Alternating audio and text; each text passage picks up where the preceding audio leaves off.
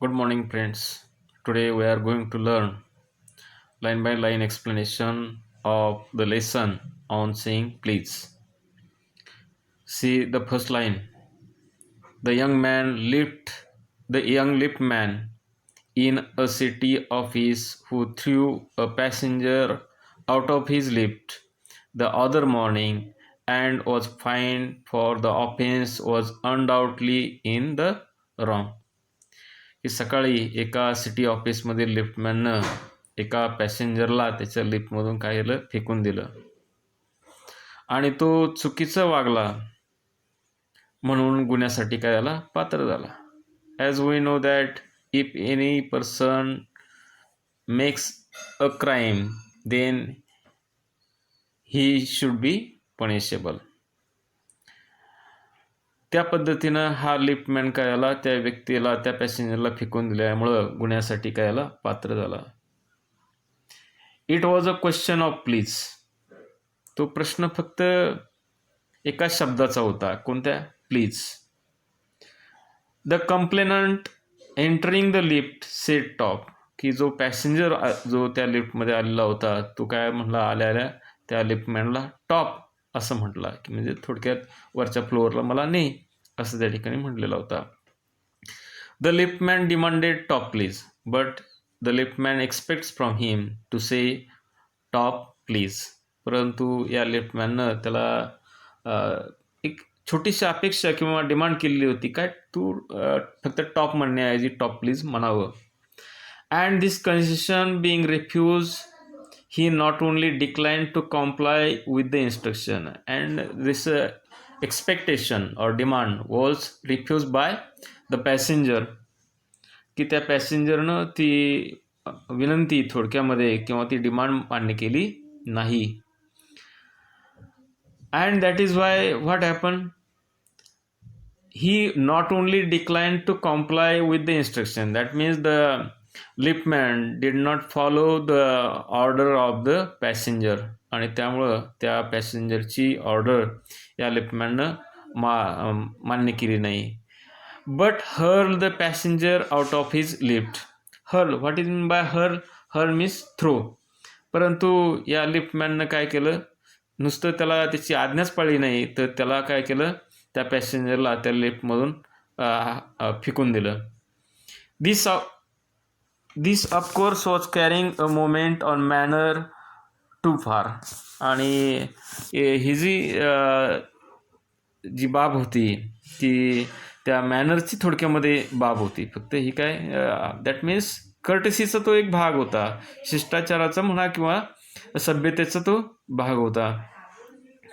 This, of course, was carrying a comment on manner too far. Discourtesy is not a legal offense.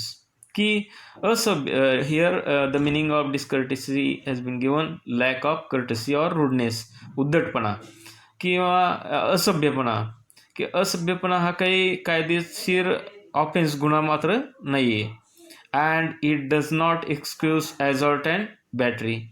ॲझॉल्ट and बॅटरीचा अर्थ या ठिकाणी दिला पहा. And attack which includes not only threats but also the actual use of violence. म्हणजे धमकीच नाही तर हिंसा आहे. आणि या ठिकाणी सांगितलेलं आहे पहा, discourtesy is not a legal offence and it does not excuse assault and battery. That means there is not any law against, there is no law against this discourtesy. की एखादा असभ्यपणे वागला किंवा उद्धटपणे वागला म्हणून त्यावरती कोणत्याही प्रकारची हिंसा वगैरे त्या ठिकाणी त्यानं केली असा त्याचा अर्थ होत नाही. If a burglar breaks in to my house. की एखाद्या बर्गलर म्हणजे काय, घरफोड्या. की if a burglar breaks in to my house, एखाद्या घरफोड्यानं काय केलं, घर फोडलं. की एखाद्याचं घर फोडलं. And I knock him down, आणि मी त्याला त्या ठिकाणी हाणामारी करताना किंवा त्याला प्रतिकार करताना त्याला खाली पाडलं. The law will acquit me. की हा कायदा काय करीन मला acquit means not guilty. That means law will not consider me as a guilty. कायदा मात्र मला त्या ठिकाणी गुन्हेगार ठरवणार नाही, मला दोषमुक्त करणार. And if I am physically assaulted, आणि जर मला त्या ठिकाणी त्या बर्गलरनं या ठिकाणी ॲझॉल्ट मीन्स अटॅक केला, माझ्यावरती हल्ला केला, it will permit me to retaliate with reasonable violence. आणि त्या ठिकाणी this because the burglar and my assailant have broken quite definite commands of the law. But it does this because हे का घडलंय? Why the law does not suppose me or consider me as guilty? Because burglar and my assailant means attacker, marekari, have broken quite definite commands of the law. That means they have broken the law, and that is why the law will be with me. आणि त्यामुळं कायदा माझ्या बाजूने राहीन, जरी मी त्या व्यक्तीला खाली पाडलं तरी, किंवा मी त्या ठिकाणी रिटॅलिएट करू शकतो. But no legal system could attempt to legislate against bad manners. परंतु असा प्रकारचा मात्र कायदा नाही आहे की बॅड मॅनर्सच्या अगेन्स्टचा कोणत्याही प्रकारचा कायदा मात्र नाही आहे, किंवा अशा प्रकारचं आपल्याला वागू देणार नाही. Or could sanction the use of violence against something which it does not itself recognise as a legal punishable offence. आणि या ठिकाणी थोडक्यामध्ये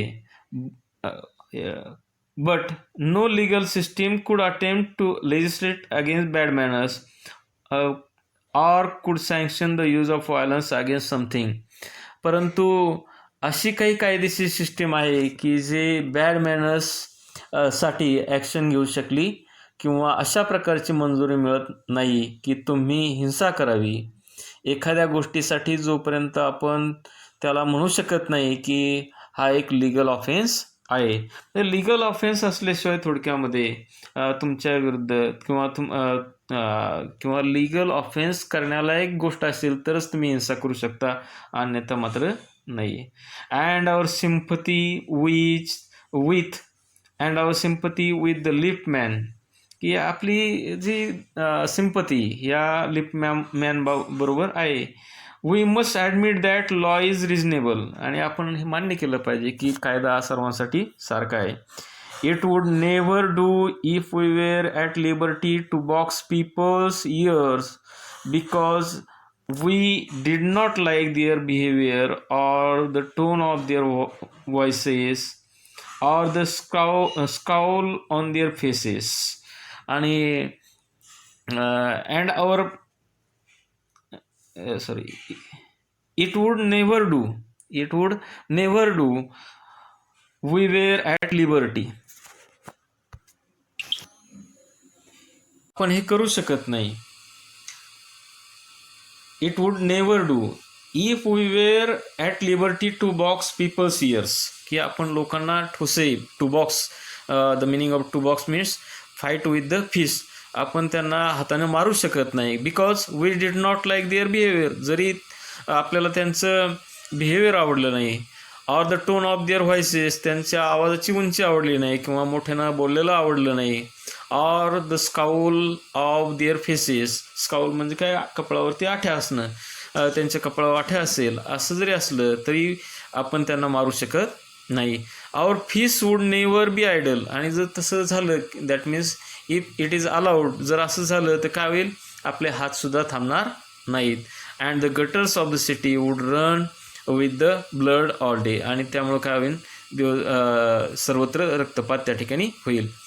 आय मे बी ॲज अनसिव्हिल, की मी कसा होऊन जाईन, अनसिव्हिल होऊन जाईन, मी कशा पद्धतीने वागेल. ॲज आय मे प्लीज, की मला जसं आवडेल त्या पद्धतीनं मी वागेल. And the law will protect me against the violent रिटॅलिएशन, आणि असं जर करू दिलं की एखाद्याचं वागणं आवडत नाही आणि तुम्ही त्यांना मारू शकता, असं जर झालं तर लॉसुद्धा काय करेल, मला प्रतिकारापासून वाचवेल. आय मे बी हॉटी, की मी काय होईल, गर्विष्ठ बनेल. Here the meaning of haughty means having a high opinion of oneself and often a low opinion of others. I may be haughty or boorish. Boorish means bad mannered. मी काय होईल, bad mannered होईल. If there will be a law who says, or in which the law will allow us to fight against those people who behave badly or in bad manner, and there is no penalty to pay except the penalty of being written down an ill mannered fellow. आणि आपण जर पाहिलं तर काय होईल, तर वागत आपण राहिलो तर काय होईल, there is no penalty to pay except the penalty of being written down and ill mannered fellow. फक्त काय म्हटलं जाईल, इल मॅनर्ड फेलो आहे, हे वाईट वागणारा मनुष्य आहे असं त्या ठिकाणी म्हटलं जाईल. फक्त एवढंच त्या ठिकाणी होईल. The law does not compel me to say please. कायदा मला प्लीज असं म्हणा, असं force, to compel means to force, असं करू शकत नाही, किंवा कायदा मला फोर्स करू शकत नाही प्लीज म्हणण्यासाठी. or to attune my voice to other people's sensibilities any more than it says that I shall not wax my mustache or dye my hair or wear ringlets down my back. Or to attune, here attune means मिळ घालणं, adjust to situation. आणि कायदा असंही सांगू शकत नाही की काय करा, लोकांच्या भावनांशी तुम्ही एकरूप व्हा, असंही त्या ठिकाणी कायदा सांगू शकत नाही. दॅन इट सेज, किंवा असंही म्हणू शकत नाही आय शॅल नॉट वॅक्स माय मुस्टॅक, की माझ्या मिशा कशा ठेवाव्यात, डाय माय हेअर, केसांना रंग लावा, और where ringlets down my back, where ringlets म्हणजे काय, केसांचे झुलूप मानेवरती रेंगाळू द्यावेत. That means the law will not say in what way you should behave, की कशा प्रकारे तू वागावं ही कायदाही सांगू शकत नाही. It does not recognise the laceration, it does not recognize the laceration of our feelings as a case for compensation. की here the meaning of laceration is a cut or tear, म्हणजेच मन दुखावणं. It does not recognize the laceration of our feeling as a case for compensation. म्हणजे मला law सांगू शकत नाही की इतरांच्या भावनांचा विचार करून बोलावे, मला कोणतेही नुकसान भरपाई द्यावी लागणार नाही, त्यांचं मन दुखावल्यामुळं मला कोणत्याही प्रकारची नुकसान भरपाई द्यावी लागणार नाही. देअर इज नो अलाउन्स, कोणताही भत्ता दिला जाणार नाही for moral and intellectual damages in this matters. आणि अशा प्रकारे जर परवानगी दिली तर कोणत्याही प्रकारची किंवा इंटेलेक्च्युअल डॅमेजेसला किंवा मॉरल डॅमेजेसला, बौद्धिक किंवा नैतिक डॅमेजेसला कोणत्याही प्रकारचा भत्ता किंवा कोणत्याही प्रकारची नुकसान भरपाई दिली जाणार नाही. This does not mean that, की याचा अर्थ असा होत नाही that the damages are negligible, की जे काही तोटे होणार आहेत ते दुर्लक्ष करण्यायोग्य असतील, असाही त्याचा अर्थ होत नाही. It is probably that Lippmann was much more acutely hurt by what he regarded as a slur upon his social standing than he would have been if he had kicked on the shin for which he could have got a legal redress. Here the meaning of redress is remedy, म्हणजे निवारण. या ठिकाणी लेखक सांगतोय आपल्याला की here the writer wants to say that the damages are not negligible. It is probably that Lippmann was much more acutely hurt by what he regarded as slurs upon his social standing, की त्या लिपमॅनला असं वाटतं की हे जे काही त्याच्याशी जे इल मॅनरनं तो पॅसेंजर वागलेला होता तो त्याच्या काय झाला, सामाजिक स्तरामुळं झालं असं त्याला त्या ठिकाणी वाटलं. Than he would have been if he had a kick on the shin. जर शिन म्हणजे नडगी, जर त्याच्या नडगीवर किंवा त्याला मारलं असतं तर तरी त्याला काही वाटलं नसतं. For which he could have got a legal redress. आणि जर त्याला हाणमार केली असती तर कदाचित ती त्यावरती रेमेडी किंवा ती लवकर भरून निघाली असती. परंतु एक प्रकारे त्याच्यावरती हा काय आला होता, एक आघात झालेला होता. The pain of kick on the shin soon passes away, but the pain of wound to our self-respect or our vanity may poison a whole day. Vanity means pride. आणि जेव्हा स्वत्वाला त्या ठिकाणी धक्का पोचला जातो, सेल्फ रिस्पेक्ट म्हणजे स्वतःबद्दल असणारा आदर, याला जेव्हा धक्का पोचला जातो, हा काय जास्त पॉयझनस आहे आणि जास्त त्रासदायक आहे. जर त्याला एखादी किक ऑन द शिन जर त्याला मारलं असतं तरी ते पेन ते यातना सहजरित्या निघून गेल्या असत्या. परंतु सेल्फ रिस्पेक्ट मुळं किंवा सेल्फ रिस्पेक्टला त्या ठिकाणी धक्का लागल्यामुळं संपूर्ण दिवस त्याचा वाया जाणार होता. I can imagine that Lippmann denied the relief of throwing the author of his wound out of the lift. मला माहिती आहे त्या लिफ्टमॅननं सुद्धा नकार देईल की त्याला आता बरं वाटलं त्या पॅसेंजरला लिफ्टमधून बाहेर फेकून दिलं, त्यालाही बरोबर वाटणार नाही. Brooding over the insult by the hour. Brooding ओव्हरचा अर्थ या ठिकाणी दिला आहे थिंकिंग अँक्सियसली, म्हणजे अतिशय रागानं किंवा अँक्सियसली म्हणजे दुःखानं त्या ठिकाणी काय तो विचार करत राहिला असता. And visiting his wife in the evening as the only way of restoring his equilibrium. Equilibrium means balance. आणि जर त्यानं तसं केलं नसतं, त्या लिफ्टमॅन त्या पॅसेंजरला बाहेर फेकून दिलं नसतं तर काय आलं असतं, brooding over the insult by the hour. तो कित्येक तास त्यावरती विचार करत राहिला असता. आणि संध्याकाळी and visiting his wife in the evening as the only way of restoring equilibrium. आणि बॅलन्स राखण्यासाठी जेव्हा तो संध्याकाळी घरी गेला असता तेव्हा बायकोवर त्यानं त्याचा राग त्या ठिकाणी काढला असता. For there are few things more catching than bad temper and bad manner. For there are few more catching than bad temper and bad manners. That means there are so many disadvantages of bad temper and bad manners.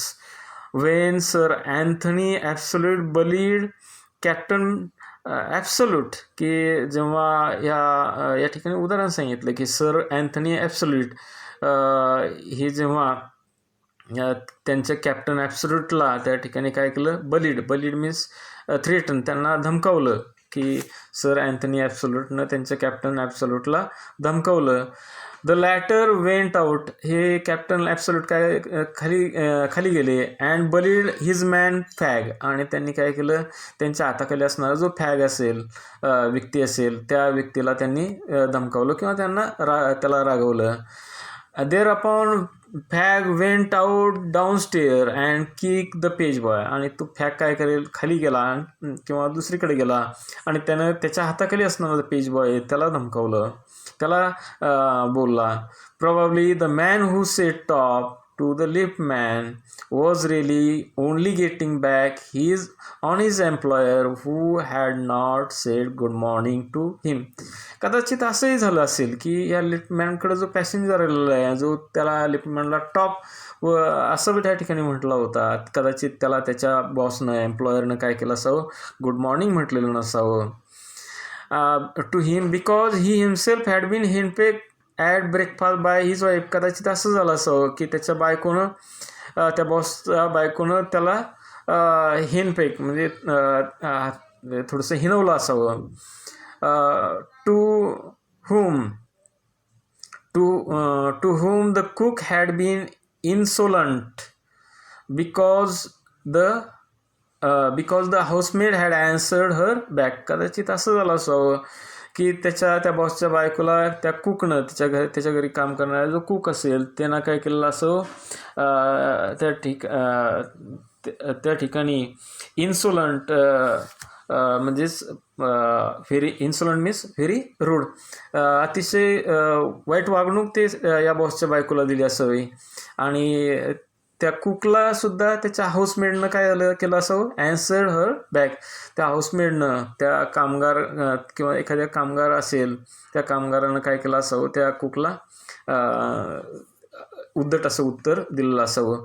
आणि त्यामुळं काय आलं, ही एक प्रकारची चैन त्या ठिकाणी निर्माण झाली असावी की हाऊसमेड त्या कुकला, त्या बॉसच्या बायकोला, बॉसची बायको बॉसला, आणि बॉस अल्टिमेटली त्या पॅसेंजरला त्या ठिकाणी धमकावत गेला असावं किंवा इल मॅनरनं त्या ठिकाणी बिहेव केलं गेलं असावं. आणि त्यामुळं कदाचित ह्या पॅसेंजर या लिफ्टमॅनला फक्त टॉप म्हणला आणि टॉप प्लीज म्हणण्यासाठी नकार दिला. We infect the world with our ill humours. आणि अशाच प्रकारे आपण इन्फेक्ट करतो त्या ठिकाणी सर्व समाजाला, सर्व जगाला. म्हणजे थोडक्यामध्ये आपण तो संसर्ग, थोडक्यामध्ये इन्फेक्शन म्हणजे इन्फेक्ट म्हणजे संसर्ग करतो. Bad manners probably do more to poison the stream of general life than all the crimes in the calendar. Here, the writer tells us that whatever the crimes had done within a calendar, then the ill-mannered behavior is more than that. की जेवढे गुन्हे वर्षभरामध्ये होतात त्याच्यापेक्षा कितीतरी पटीनं इल मॅनरनं त्या ठिकाणी गुन्हे घडत असतात. For one wife who gets a black I from the otherwise good nature husband. कधी कधी असं होतं की एखाद्या स्त्रीचा डोळा काळा निळा केला जातो, म्हणजे तिला मारलं जातं जरी तिचा नवरा चांगला असला तरी. There are 100 who live a life of martyrdom under the shadow of morose temper. मोरोजचा अर्थ अनहॅपी. आणि त्यामुळं अशा अनेक स्त्रिया हुतात्म्यासारख्या आपल्या अनहॅपी जीवन, दुःखी जीवन जगत असतात. But all the same, the law cannot become the guardian of our private manners. But here the writer tells us that law cannot do regarding it. याच्या संदर्भामध्ये कायदा मात्र काही करू शकत नाही. It cannot guard, की आपल्यावरती पूर्णपणे लक्ष ठेवू शकत नाही किंवा आपण कशा पद्धतीनं वागावं, आपलं प्रायव्हेट मॅनर्स की आपण खाजगी जीवन कशा पद्धतीने घालवतो याकडं कायदा प्रत्येक वेळी लक्ष देऊ शकत नाही. नो डिकॅलॉगचा अर्थ दिला आहे द 10 कमांडमेंट्स, की ज्या 10 आज्ञा आहेत, ईश्वरी आज्ञा आहेत. नो डिकॅलॉग कुड cover the vast area of offences. जे गुन्हे घडतात त्यावरती सुद्धा या 10 ईश्वरी आज्ञा लक्ष ठेवू शकत नाही. अँड नो कोर्ट कुड ॲडमिनिस्टर अ लॉ. आणि कायदा जे कोर्ट आहे ते कायदाही करू शकत नाही किंवा प्रशासन करू शकत नाही. Which govern our social civilities. सामाजिक आपलं बिहेवियर कसं असावं किंवा कशा पद्धतीने आपण वागतो यावरती लक्ष ठेवू शकत नाही. आवर स्पीच, आपण कसं बोलतो यावरती प्रत्येक वेळेस लॉ असेल किंवा कोणती गव्हर्नमेंट असेल हे लक्ष ठेवू शकत नाही. The tilt of our eyebrows and all our moods and manners. आणि आपल्या या ठिकाणी टिल्ट म्हणजे झुकणे किंवा त्या ठिकाणी तिरपा करणे, की आपल्या भुव्या तिरक्या करणं म्हणजेच आपण रागावणं. All our moods and manners, आपल्या ज्या काही मूड्स असतील, मॅनर्स असतील, वागण्याच्या पद्धती असतील यावरती कायदा असेल किंवा गव्हर्नमेंट त्या ठिकाणी लक्ष ठेवू शकत नाही.